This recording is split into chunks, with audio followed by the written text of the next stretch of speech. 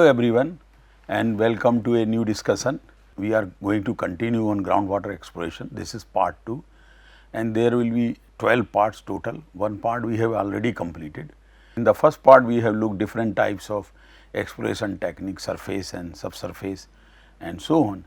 Now here we will be specifically focusing on how remote sensing data can be utilized and some indirect evidences can be found in remote sensing data which may give clues about the location of groundwater. So, this is a preliminary kind of investigations which comes under the category of surface exploration of groundwater. Here we can use remote sensing and GIS. Those who are not aware about these two techniques, that is remote sensing and geographic information system, let me very briefly introduce these two techniques. Though there are 60 lectures on the NPTEL program under remote sensing as a remote sensing essential course, and there is also a geographic information systems course of 60 lectures. But here we will be mainly focusing. So, first remote sensing is that the data which is acquired by the satellite or remote sensing satellite, which are polar orbiting, near polar orbiting satellites, and there are many such satellites are there, starting from Landsat, which were US satellites, and later on now we are since 1988 India is also having its own remote sensing satellite series of remote sensing satellites starting from IRS 1A, 1B, C, and then later on Cartosat and many other satellites which are the series is continuing. So, this kind of remote sensing data which comes in the form of satellite images can be utilized along with GIS, that is geographic information systems. GIS is a platform where we do the data integration, data analysis and modeling also. So, if we combine these two, remote sensing is providing data, GIS is a platform where we do the analysis and modeling part. So, this integration of these two techniques can help us to better assess the groundwater possibilities in an area, and especially the example which I am going to discuss in hard rock terrain, where the most challenging thing is there. So, remote sensing techniques, as just mentioned, can provide vital inputs for groundwater investigations which can be supplemented and verified by other field techniques. So, field techniques can be geophysical techniques, field techniques can be the test drilling, but these are the expensive options, whereas remote sensing option is quite cheap, and nowadays lot of relatively high spatial resolution data of 30 meter resolution or even less is available free of cost on net. So, and not very old data either. So, that data can be utilized for any part of the globe. If I talk about India, then more options are available from our own Indian remote sensing satellites, and there is a portal of our NRSA or NRSC which is called Bhuvan. From there also lot of remote sensing data free of cost can be downloaded for all these purposes. All these data is available in multispectral bands, and therefore they can be further utilized, and they become very good tool for initial investigations of groundwater, or they can become a very important tool for groundwater exploration. And generally this integrated remote sensing, geophysical, GIS and drilling approach has been highly successful for groundwater exploration and extensively applied. So, the first phase of groundwater exploration can definitely start with remote sensing, with topographic maps, geomorphology, and then so first one here, then second step we can go for geophysical techniques, then integration of data, analysis of data can go in GIS, and last resort is test drilling.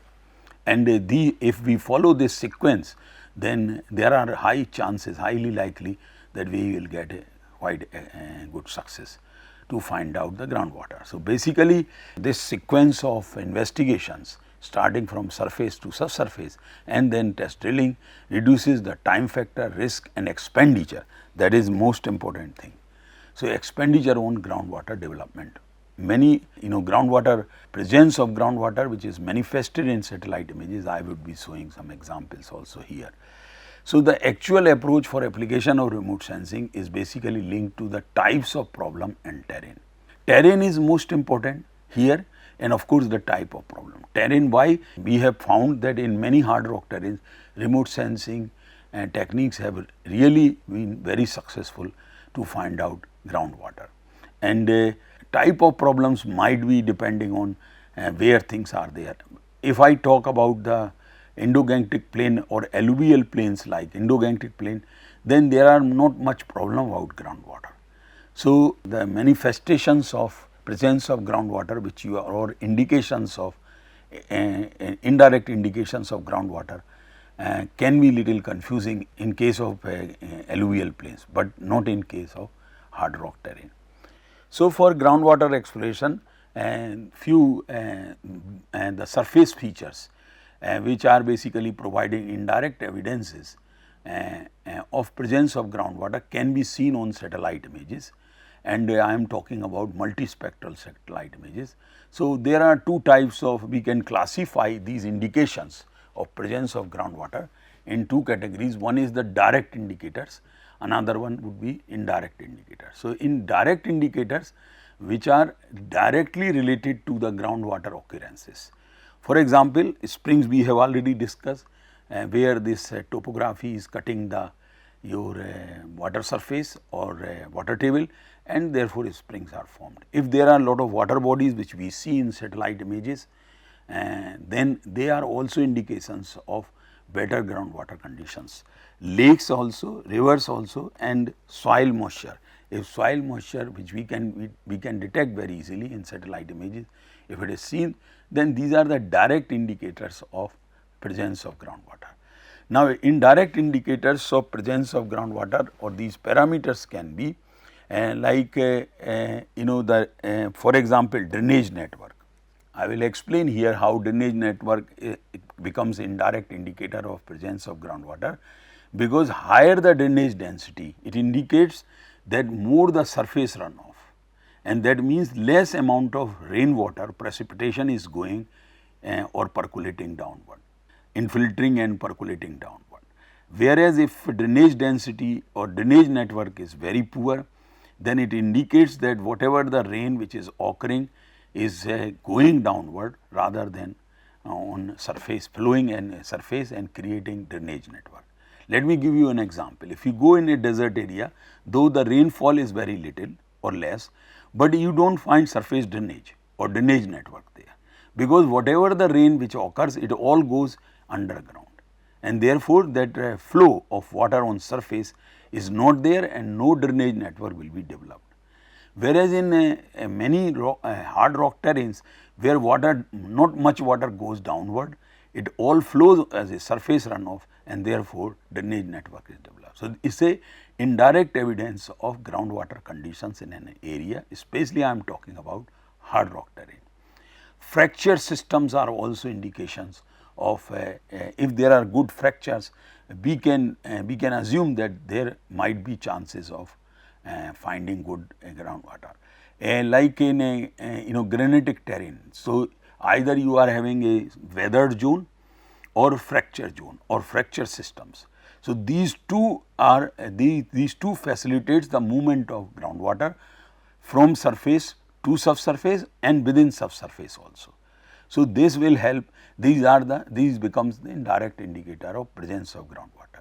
Soil and rock types, sandy soils are always good indicator of groundwater, or maybe the different types of rocks. Granitic rocks are not very much favorable, but if there are sedimentary rocks, then we can expect good amount of water, because it will allow the percolation or infiltration and percolation of rainwater into the rocks.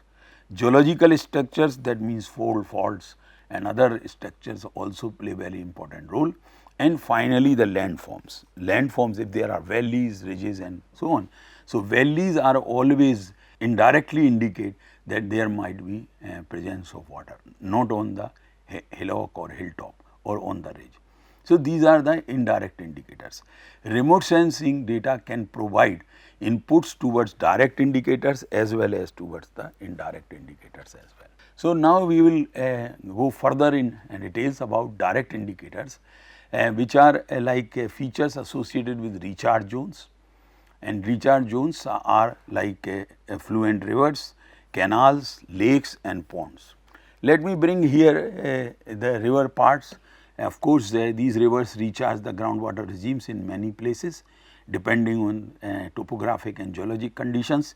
Canals, because many canals in this country are not lined canals. Lined means they are not have been used, no cement or other RCC material has been used. These are just dig out channels. So, these dugout channels are unlined and they too recharge the groundwater regime. In many hard rock terrains you can see very clearly that wherever these canals are going and water is flowing, they recharge the groundwater regimes and they basically increase the or reduce the depth of your water table. Same with the lakes and ponds, all these water bodies are good indicators of presence of groundwater. Now, feature associated with discharge zones like springs, that is again indicator of presence of groundwater, and other sets of effluent seepage. Many places there may be not a spring, but continuous there is a water which is oozing out from the surface or from the rocks. That is also a good indication of direct indication of presence of groundwater. Soil moisture is another thing which also indicates the presence directly of the groundwater. Anomalous vegetation, suddenly you find that in an area maybe in hard rock terrain or some other types of terrain, there is a good growth of vegetation, and this anomalous growth of vegetation is also direct indicators, because the vegetation, where vegetation is growing, that means the vegetation plants are getting water from somewhere, and that is a direct evidence of presence of groundwater. Now, if we go for indirect evidences or indicators of presence of groundwater, that topographic features and general surface gradient. That means the topography, slopes and everything, and they are the indirect indicators. One example I have given just a few seconds before, that like a valley or valley fill, alluvium, they are good indicators, indirect evidence of presence of groundwater. Types of rocks. Here I will later on I will be showing some examples of the valley fills, alluvium, and where the chances of getting groundwater is much high. Types of rocks like hard rocks, igneous, sedimentary and metamorphic, and soft rocks areas. It depends, these also indicate the different types. Sedimentary rocks of course are most favorable from a groundwater point of view compared to igneous and metamorphic rocks. That does not mean that in igneous and metamorphic rocks we cannot get water. It depends on other factors also. Third is the regional structural features. What are the large scale structural features? Structural features like fold, faults, fractures and other geological features, which also having indirect bearings on the presence of groundwater. And fourthly is the weathering, because in whether rocks are igneous, sedimentary or metamorphic, if they are highly weathered, and what is the depth of weathering and type of soil it is generating and humus content, that means organic content it is having, that is also a good indicator of indirect indication of presence of groundwater. Weathering is always surface weathering is always good indication, and if it is weathering is too deep, that also favors the presence of groundwater. Of course, the vegetation part we have already discussed, anomalous vegetation or any vegetation growing in a linear fashion, that also indicates that probably the water supply or presence of water along a linear might be a structural feature, geological structural feature, or might be a drain or rain where the water is there. We do not see on surface, but plants can extract water. So, that is a good indication of indirect evidence of presence of groundwater. Finally, the soil moisture. Soil moisture is always indirect indication of groundwater. Another indirect evidence of groundwater is drainage density. Higher the drainage density, less the chance of getting groundwater. It's a inverse relation. Less the drainage density, you may get the groundwater easily. But it will also depend on the rainfall in that area. I gave the example of desert areas where rainfall is very less, but you do not see any surface drainage development.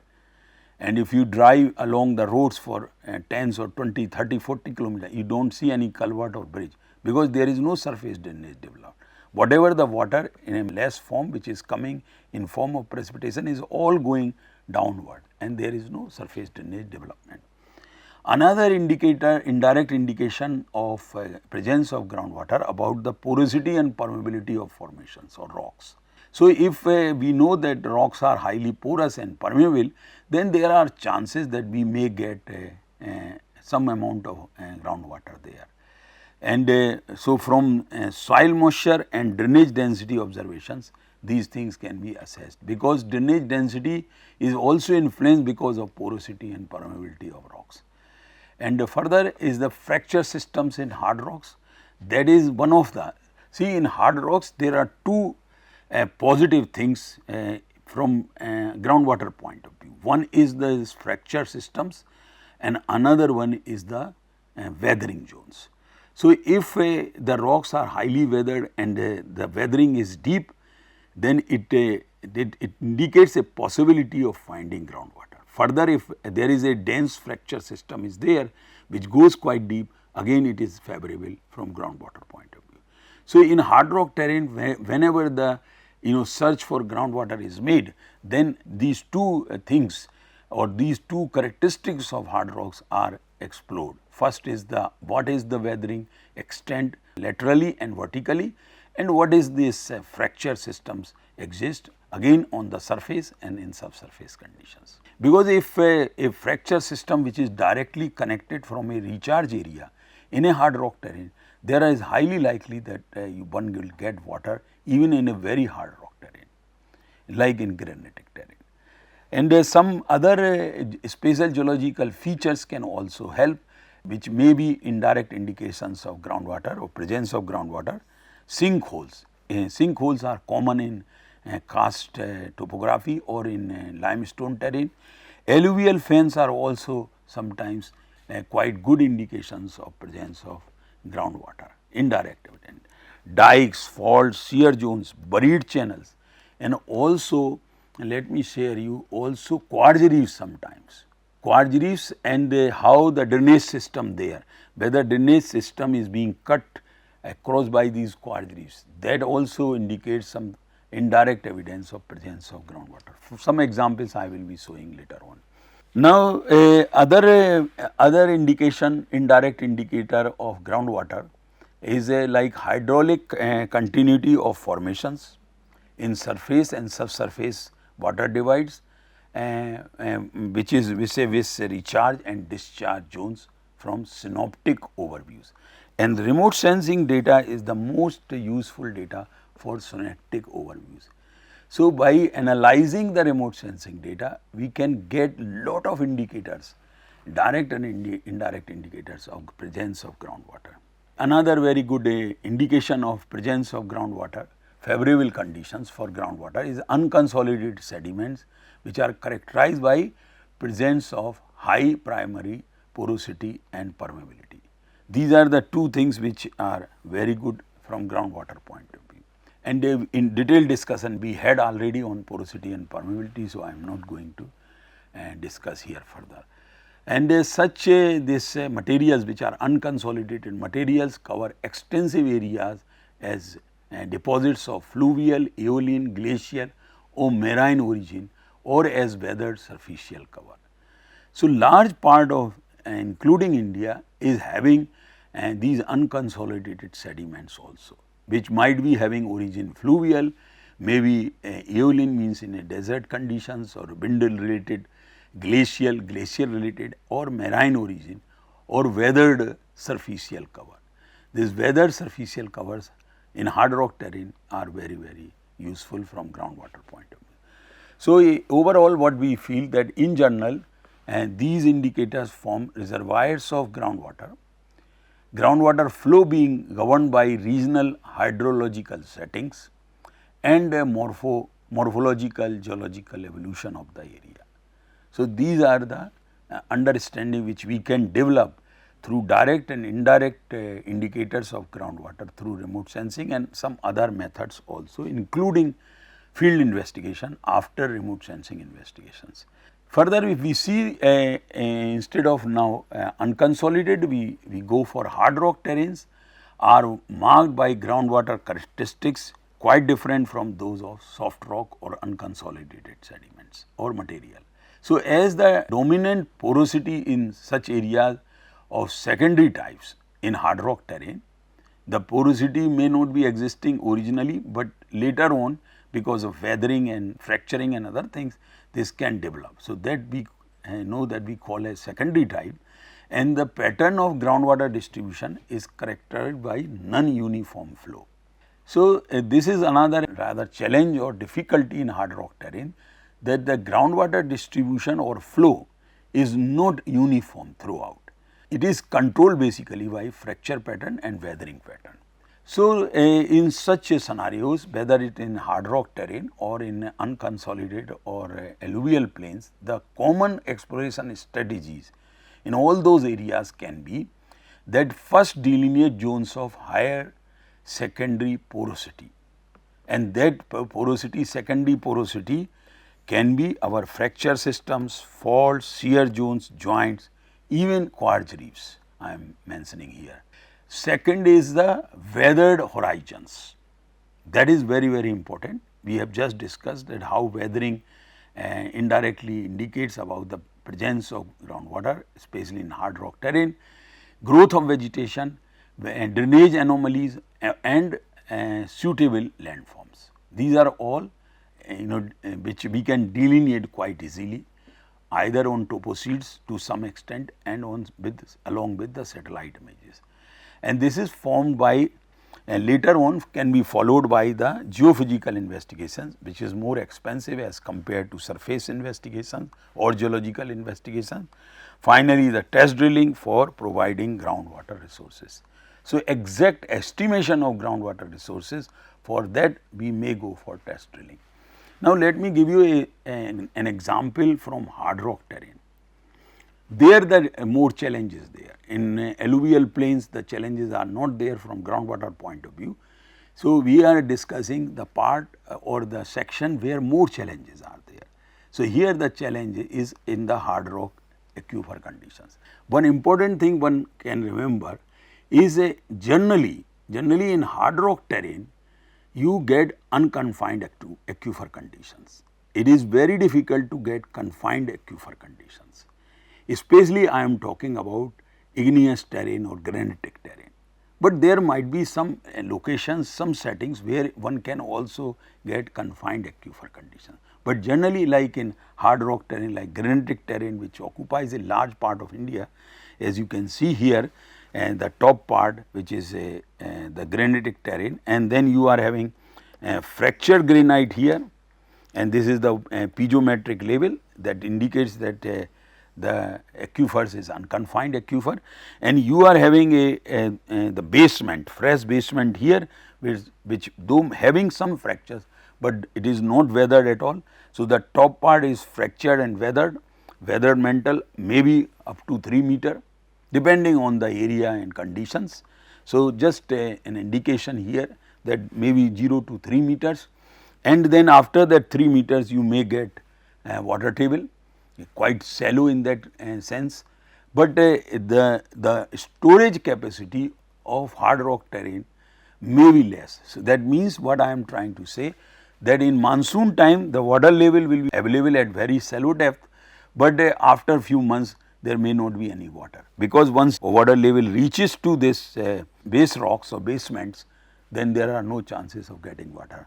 How deep drilling is done, it does not matter. So, the water is available only in this section, only in this section. This is important to note in hard rock terrain.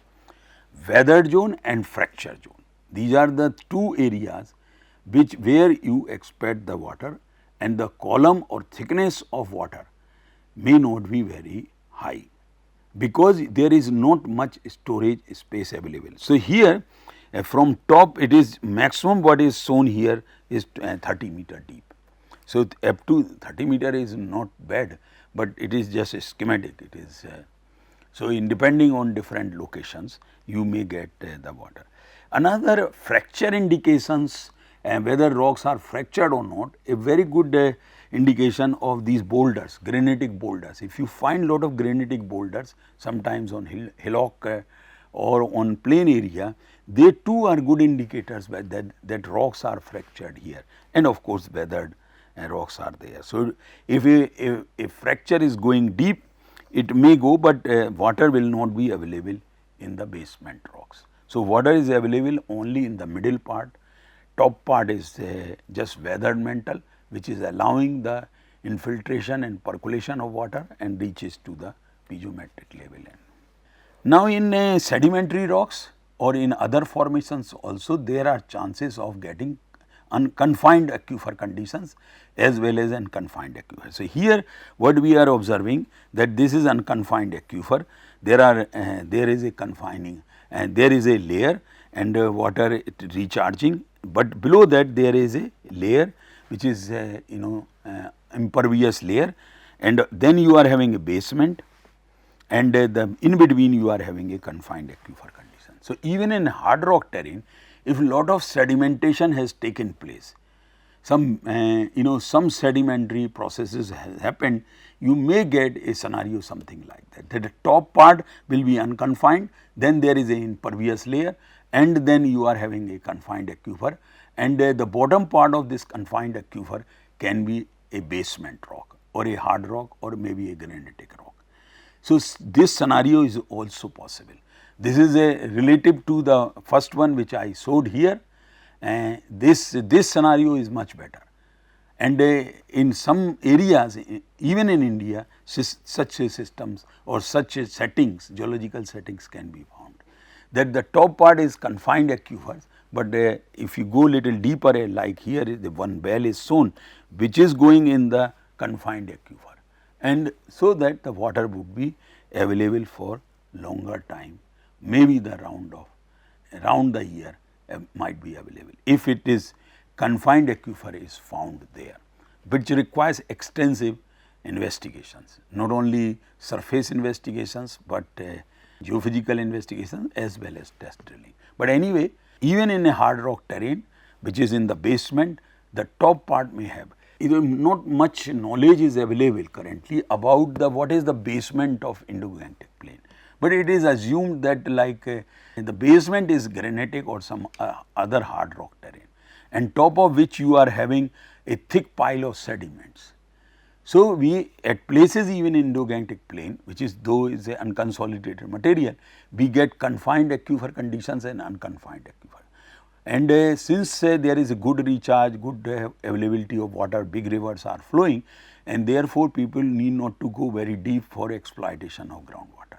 But in many areas where this instead of thick pile of sediments on the top, you are having fine or very thin layers, and there are chances that one can even encounter a basement which is hard rock can find confined aquifers. Now, let me give you one example of this scenario and how remote sensing and GIS can be exploited. This is what I am going to show you. So, this is a part of upper Yamuna, upper Betwa basin, which is Betwa is a tributary of Yamuna, and Yamuna is tributary of Ganges. So, here what you can see that a basin which is called Kethan river, Kethan basin is there. There are a few reservoirs are shown here, the location Sironj which is in Madhya Pradesh. So, there is a pond which is called Sironj pond, another pond is called Narayan reservoir.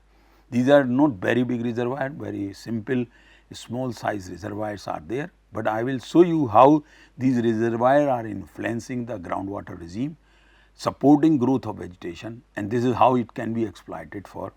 So, this is a simple false color composite satellite image. Those who are not aware about false color composites, let me explain very briefly that this is multispectral data.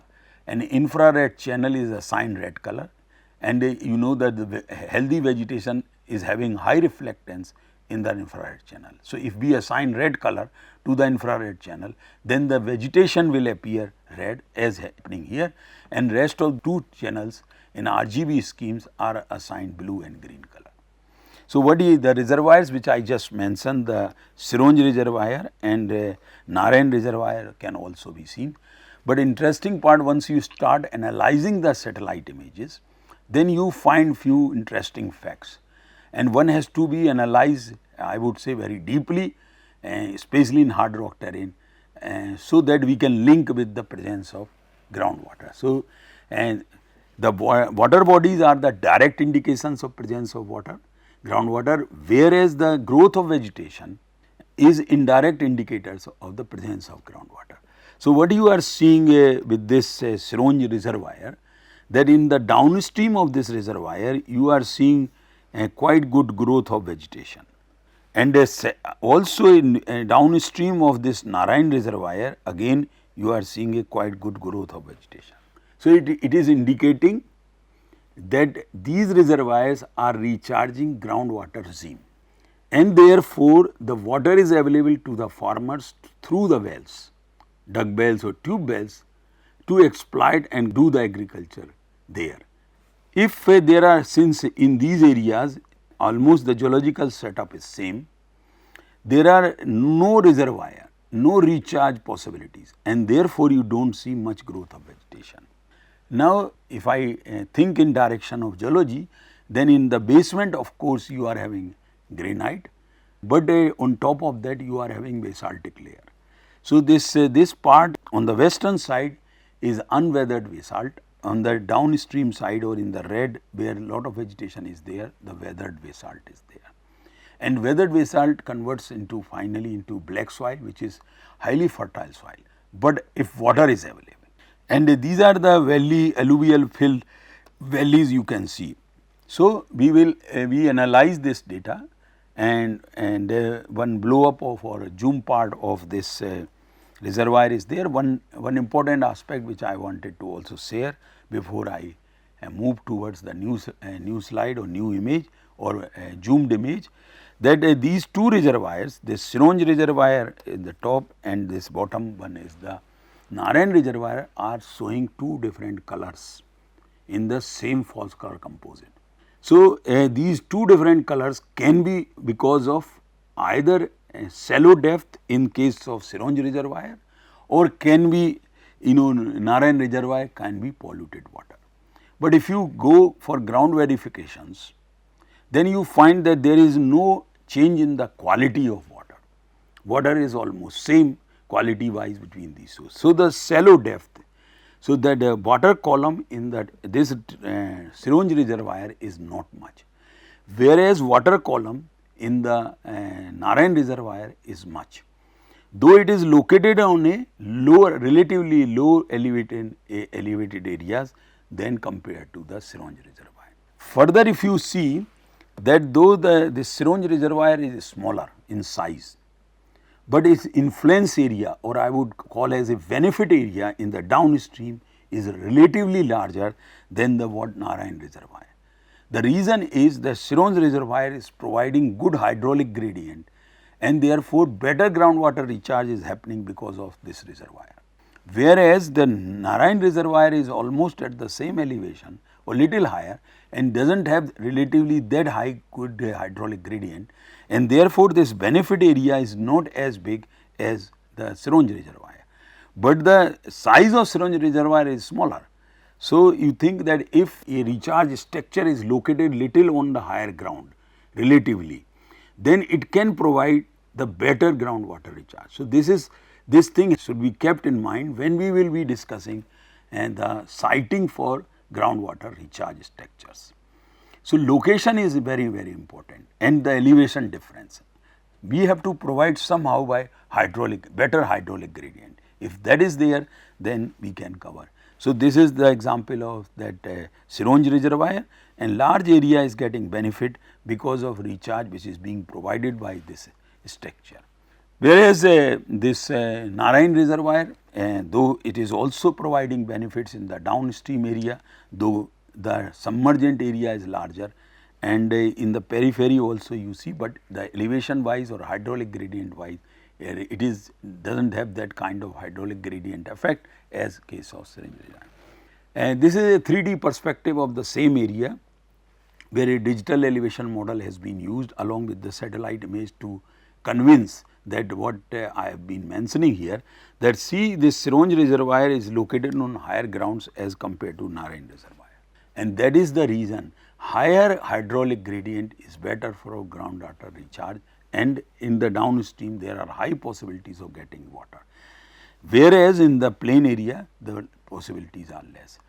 And we will continue this discussion in part 3 because otherwise the video will be little longer. So, with this I thank you very much.